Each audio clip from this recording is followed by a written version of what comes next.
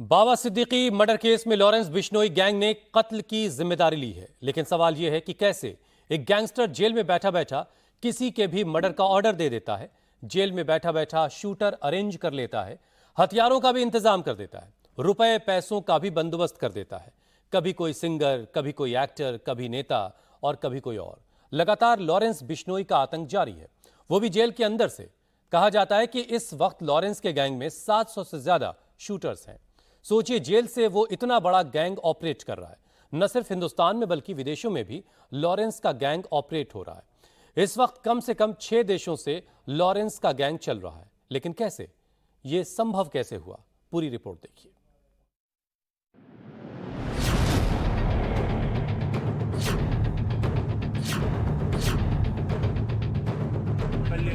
अरे नहीं पकड़ लेता।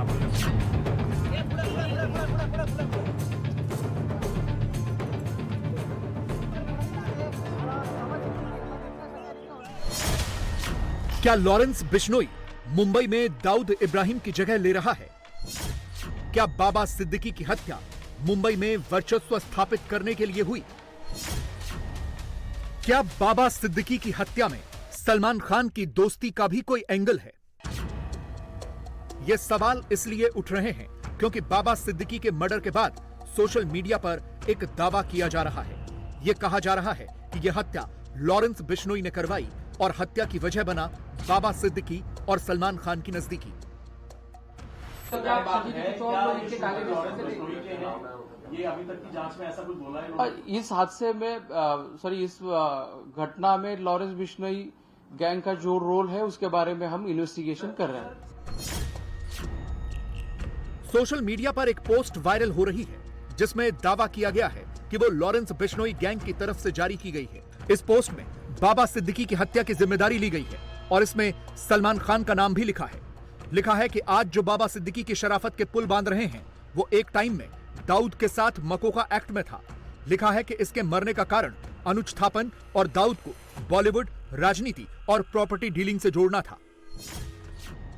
इस पूरी धमकी भरी चिट्ठी में अनुज थापन का नाम लिखा हुआ है। सवाल यह है कि यह अनुज थापन कौन है और यह इस केस से कैसे जुड़ रहा है। यह जानने के लिए आपको आज से 6 महीने पहले की एक घटना को जानना जरूरी है। मुंबई में 14 अप्रैल को सलमान खान के घर के बाहर फायरिंग हुई थी। उस वक्त भी फायरिंग की जिम्मेदारी लॉरेंस गैंग की तरफ से ही ली गई थी। मुंबई क्राइम ब्रांच ने इस केस में 32 साल के अनुज और 37 साल के सुभाष चंद्र को पंजाब से गिरफ्तार किया था। दोनों ने इस घटना के लिए हथियार मुहैया कराए थे, लेकिन अनुज थापन की क्राइम ब्रांच के लॉकअप में मौत हो गई थी, जिसके बाद पुलिस ने दावा किया कि उसने लॉकअप के अंदर आत्महत्या की है। इसीलिए माना जा रहा है कि इसी अनुज थापन की मौत का बदला लेने के लिए बाबा सिद्दीकी की हत्या करवाई गई। हालांकि बाबा सिद्दीकी का इस घटना से कोई लेना देना नहीं है। इसीलिए तो ये सवाल भी उठ रहे हैं कि बाबा सिद्दीकी की हत्या के पीछे कोई बहुत बड़ी साजिश छिपी हुई है। क्या बाबा सिद्दीकी की हत्या के पीछे कोई राजनीतिक कारण भी हो सकते हैं? क्या राजनीतिक कारणों को छुपाने के लिए लॉरेंस बिश्नोई का नाम आगे किया गया है? अतिशय दुःखद आणि गंभीर अशा प्रकारची घटना आहे। बाबा सिद्दीकींशी माझी स्वतःची निकटची मैत्री होती। अनेक वर्ष आम्ही सोबत काम केलं, त्यामुळे अशा प्रकारची जी काही घटना घडली आहे त्यांनी आम्हाला सगळ्यांनाच धक्का बसलेला आहे। आता या केसमधले 2 आरोपी पकडलेले आहेत, त्यांचं इन्व्हेस्टिगेशन चाललेलं आहे। काही धागेदोरे त्यातले मिळत आहेत, काही अँगल्सही त्याच्यामध्ये लक्षात येत आहेत, पण त्या संदर्भात आता लगेच बोलणं योग्य होणार नाही। आज त्यांची कस्टडी झाल्यानंतर जेवढी माहिती देता येईल तेवढ्या माहितीच्या संदर्भात पोलीस त्या ठिकाणी ब्रीफिंग करतील। 2 लोगों को उनके हाथ में लगे हैं 2 लोग, और भी कुछ लोग हैं। उनको ढूंढने के लिए, उनको लाने के लिए 5 टीम पुलिस डिपार्टमेंट ने लगवाई है और अलग अलग स्टेट में उनको भेजा है। सीएम साहब भी इसके ऊपर उनका ध्यान दे रहे हैं, खुद होम मिनिस्टर भी दे रहे हैं और मेरा भी है, हमारे बाकी साथियों का भी है। और जल्द से जल्द पता चलेगा कि एग्जैक्ट ये सब करने का कारण क्या है, किसने ये सब सुपारी दी, किसने ये सब किया, इसके बारे में तुरंत नहीं, लेकिन 1-2 दिन में ही पता चलेगा, ऐसा मुझे विश्वास है। और आज 8:30 बजे बड़ा कब्रिस्तान मरीन लाइन्स में जो है वहाँ उनको दफनाया जाएगा, सरकारी इत्मीनान ने दफनाया जाएगा राजकीय सम्मान से। और सवाल तो ये भी उठ रहे हैं कि कैसे जेल में बंद एक गैंगस्टर इतना ताकतवर हो गया कि वो कहीं से भी बैठे बैठे किसी का भी मर्डर करवा दे रहा है। ऐसा लगता है कि पूरा एडमिनिस्ट्रेशन लॉरेंस बिश्नोई के आगे सरेंडर कर चुका है। वो किसी के भी मर्डर का ऑर्डर जारी कर देता है और सिस्टम बस उसका एक जेल से दूसरी जेल ट्रांसफर करवाने में ही बिजी रहता है। 2022 में पंजाबी सिंगर सिद्धू मूसेवाला की हत्या हुई तो नाम लॉरेंस बिश्नोई का ही आया। फिर पिछले साल दिसंबर में जयपुर में राजपूत नेता सुखदेव सिंह गोगाबेड़ी की हत्या हुई तो उसमें भी लॉरेंस गैंग का ही नाम आया। इसी साल सितंबर में रैपर एपी ढिल्लों पर कनाडा में फायरिंग हुई। पता चला कि लॉरेंस बिश्नोई के गैंग ने ही करवाई है। सलमान खान को लगातार लॉरेंस बिश्नोई धमकी देता रहा है। इसी साल अप्रैल में उनके घर के बाहर फायरिंग भी करवाई थी। पिछले साल जून के महीने में सिंगर हनी सिंह को लॉरेंस बिश्नोई के खास गोल्डी बराड़ की तरफ से धमकी दी गई थी।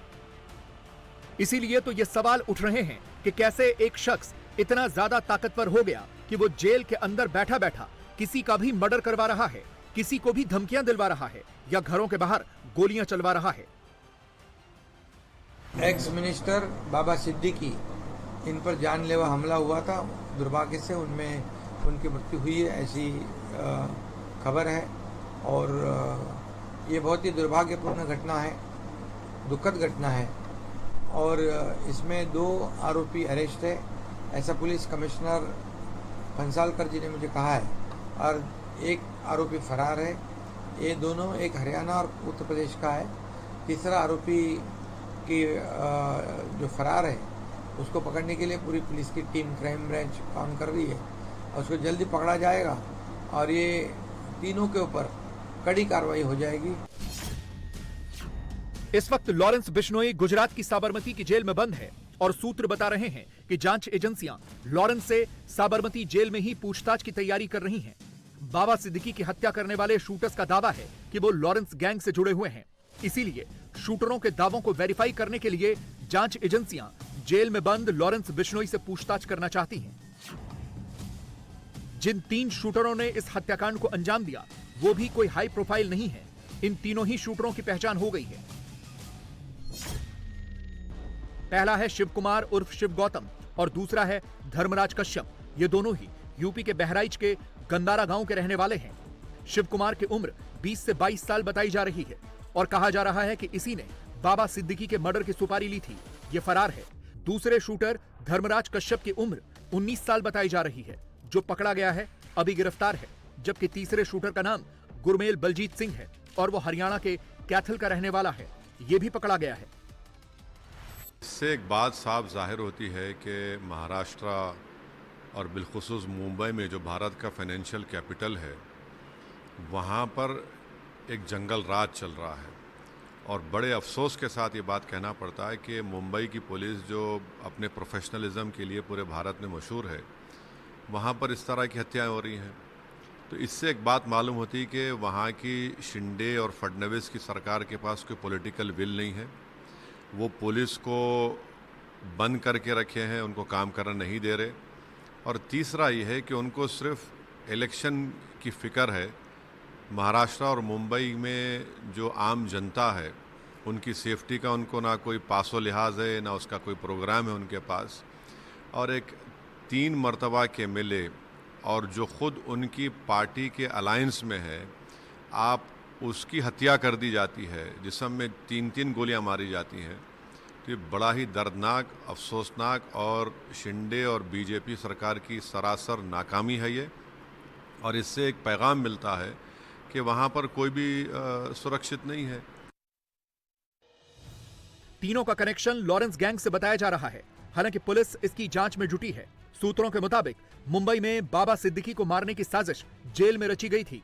हत्या में शामिल तीनों शूटर पंजाब की जेल में मिले थे, जो अलग अलग मामलों में बंद थे।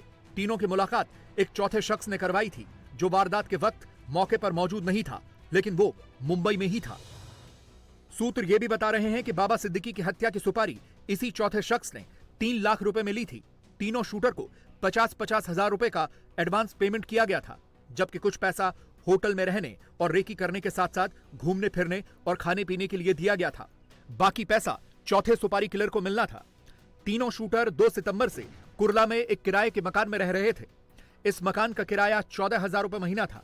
तीनों ने कई बार बांद्रा स्थित खैरनगर में बाबा सिद्दीकी के दफ्तर की रेकी की थी। सूत्रों के मुताबिक कोई चौथा शख्स जो तीनों शूटर का हैंडलर था, वो भी आसपास ही मौजूद था। सभी एक ऑनलाइन मैसेंजर ऐप पर एक दूसरे से लगातार संपर्क में थे। कल शाम 9 से 9:30 बजे के बीच में एक्स स्टेट मिनिस्टर श्री बाबा सिद्दीकी ये उनके ही बेटे के ऑफिस के बाहर जब आए तो उसी वक्त उन पर गोलीबारी की एक घटना निर्मल नगर पुलिस स्टेशन के एरिया में हुई है। इस घटना के बारे में निर्मल नगर पुलिस स्टेशन में ऑफिस दर्ज किया गया है और तुरंत ही इसका इन्वेस्टिगेशन क्राइम ब्रांच को सौंपा गया है। इस घटना के तुरंत बाद जो भी पुलिस वहां पे मौके पे मौजूद थी, इसमें निर्मल नगर पुलिस स्टेशन के एपीआई दाभाड़े और उनके साथ के अधिकारी और कर्मचारियों ने बहुत ही बड़ा साहस दिखाते हुए इमीडिएटली एक्शन लेते हुए 2 एक्यूज को स्पॉट पे ही पकड़ने में सफलता उनको मिली है।